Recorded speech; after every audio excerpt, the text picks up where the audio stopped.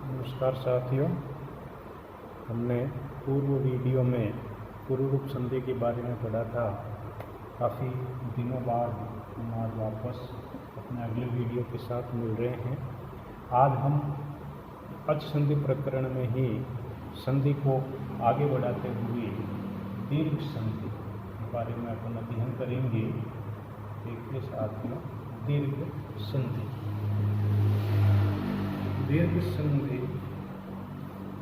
दीर्घ संधि का सूत्र है अकः सवर्णे दीर्घः।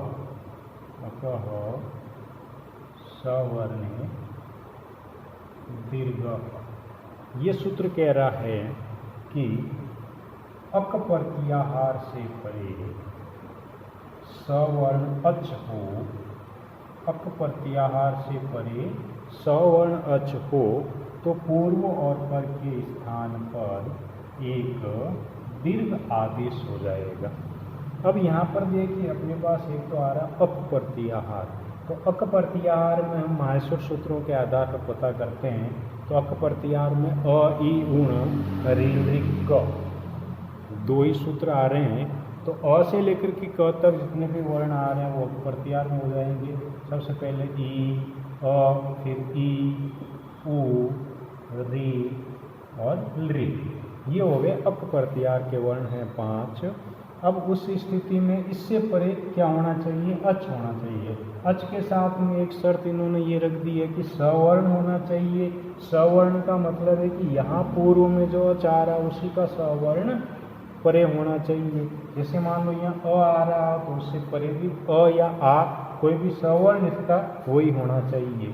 तो यहाँ पर सवर्ण अच होना चाहिए।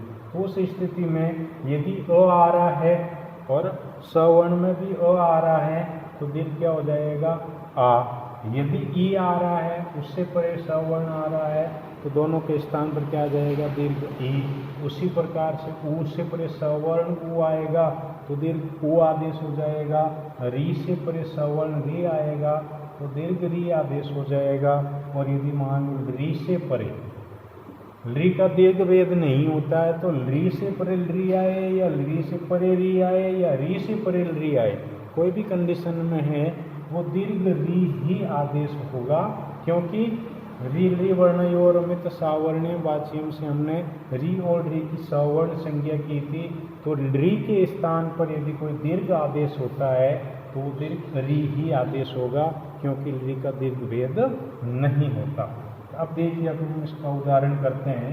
जैसे सबसे पहले अब अपने पास यहाँ पर देखिए 4 प्रकार की कंडीशन बनेगी। 5 वर्ण हैं अपने पास अक प्रत्याहार में। तो अपने पास इस तरह से हो सकता है कि यदि मान लो अ या आ प्लस अ या आ, अ या आ अक प्रत्याहार में, इससे परे अ या आ अच प्रत्याहार के दोनों आपस में सवर्ण हैं। तो इस स्थिति में दोनों के स्थान पर क्या आदेश हो जाएगा? दीर्घ आ आदेश हो जाएगा।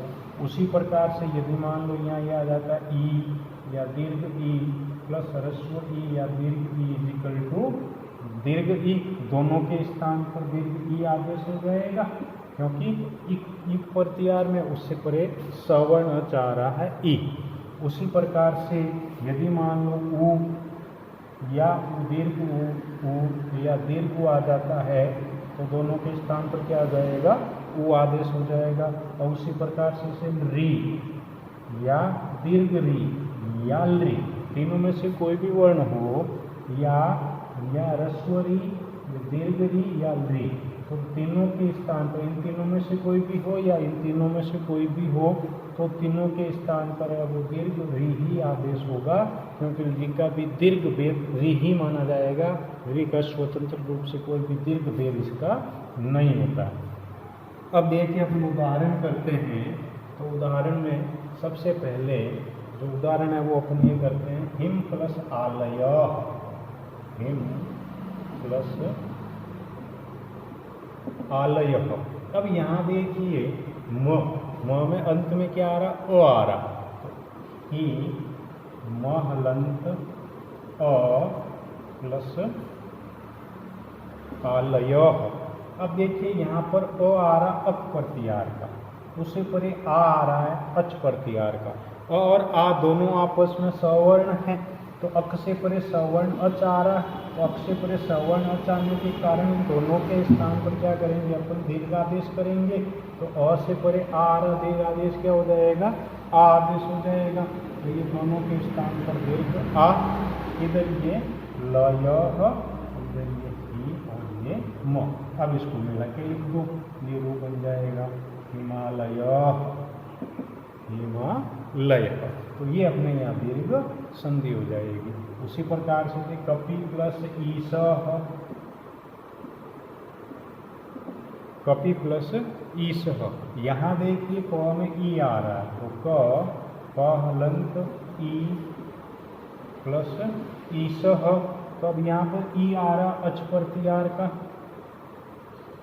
उससे परे सवर्ण अच आ रहा है ई, तो यहाँ भी दोनों के स्थान पर दीर्घादेश करेंगे, तो दीर्घ दोनों के स्थान पर क्या जाएगा, दीर्घ ई, इधर ये श, इधर ये क और ये प। अब इसको मिला के लिख दो, तो रू बन जाएगा कपिश, क में ई की मात्रा आ जाएगी और इधर ये श, तो ये हो जाएगा कपिश। इसी प्रकार से ऊ का उदाहरण करें अपन, तो भानु प्लस उदय,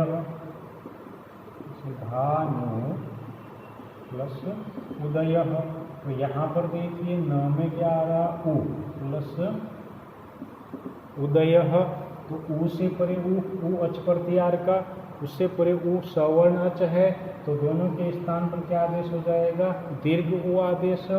इधर ये द यह, इधर ये भा और ये न, मिला के लिखेंगे क्या रू बन जाएगा भानुदय। उसी प्रकार से होत्री प्लस ऋकार, होत्री प्लस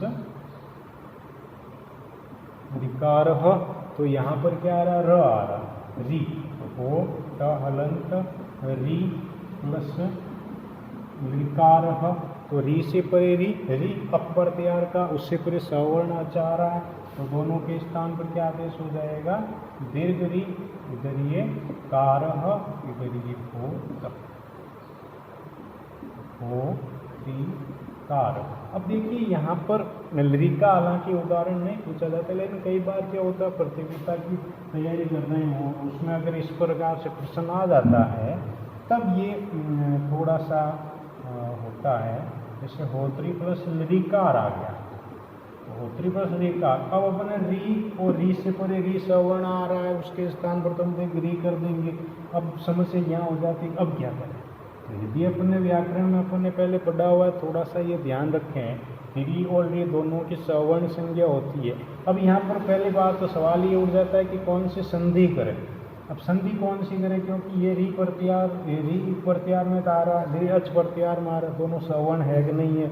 और अपने को जब ध्यान करते हैं, अपन स्मृति में लाते हैं रे री वर्णयो सावर्ण्यमित वाच्यम वार्तिक, तब अपने ध्यान में आता है कि ये दोनों सवर्ण हैं, इसीलिए री अक प्रत्याहार का और उससे परे सवर्ण अच आ रहा है, तो दोनों के स्थान पर है वो दीर्घ आदेश हो जाए। अब दीर्घ कौन सा करें, री का तो दीर्घ होता नहीं है, दीर्घ किसका होता है, री का, तो दोनों के स्थान पर री दीर्घ हो जाएगा और इस प्रकार से ये रू बन जाएगा होत्री कारक। तो साथियों ये इस तरह से अपने दीर्घ संधि हो जाएगी अपने इस वीडियो में। अगले वीडियो में हम अगली संधि लेकर पुनः प्रस्तुत होंगे, तब तक के लिए आप स्वाध्याय करें और जल्दी अगला वीडियो आपके सामने प्रस्तुत होगा। धन्यवाद।